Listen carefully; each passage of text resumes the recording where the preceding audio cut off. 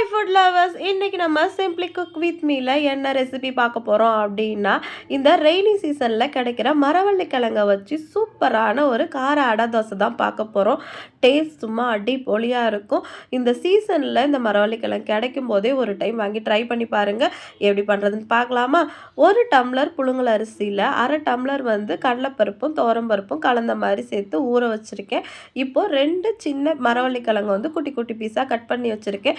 நீங்கள் வந்து துருவியும் வச்சுக்கலாம். ஆனால் வந்து மிக்சியில் அரைக்க தான் போகிறோம். அதனால் நான் கட் பண்ணி வச்சுருக்கேன். இப்போது மிக்சி ஜாரில் நம்ம அரிசி பருப்பு ஊற வச்சுருக்கோம் இல்லையா, அது கூடவே வந்து உங்களுக்கு எவ்வளோ காரம் வேணுமோ அவ்வளோ வரமிளகா சேர்த்துக்கலாம். அது கூடவே வந்து ஒரு 2 ஸ்பூன் அளவுக்கு சோம்பு சேர்த்துக்கலாம். இப்போ இது எல்லாத்தையுமே கொஞ்சமாக தண்ணி சேர்த்து ரொம்ப நைஸாகவும் இல்லாமல் ரொம்ப கரகரப்பாகவும் இல்லாமல் மீடியமாக அரைச்சி எடுத்து வச்சுருக்கேன். இப்போ வந்து நம்ம குட்டி குட்டியாக கட் பண்ணி வச்சுருக்கோம் இல்லையா, அந்த மரவள்ளி கிழங்கெல்லாம் மிக்சி ஜாரில் சேர்த்து இதை நல்லா நைஸாக அரைச்சி எடுத்துக்கலாம்.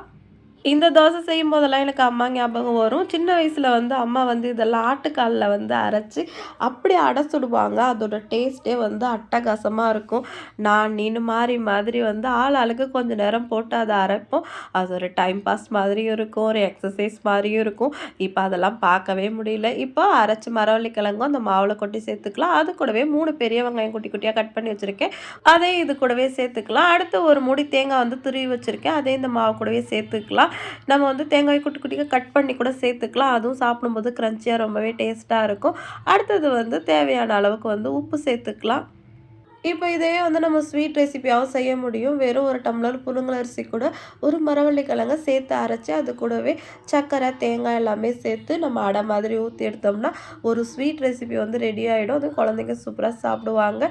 இப்போ நம்ம இந்த மாவு கூடவே வந்து ஒரு கல் பூண்டை வந்து இடித்து சேர்த்துக்கலாம். ஏன்னா மரவள்ளி கிழங்கு வந்து வாயு ஐட்டம் அப்படிங்கிறதால அது ஒத்துக்காதவங்களுக்கு பூண்டு தட்டி சேர்த்தோம்னா கொஞ்சம் டைஜஷனுக்கு வந்து ஈஸியாக இருக்கும். நல்லா தோசைக்கல்ல சூடானவுடனே எண்ணெயை தாராளமாக ஊற்றி ரொம்ப திக்காவும் இல்லாமல் ரொம்ப தின்னாவும் இல்லாமல் சூப்பராக ஒரு அடை தோசை ஊற்றிக்கலாம். அடை தோசை ஊற்றும் போதே வந்து நடுவில் குட்டி குட்டியாக வந்து ஒரு ஓட்டை போட்டுக்கோங்க.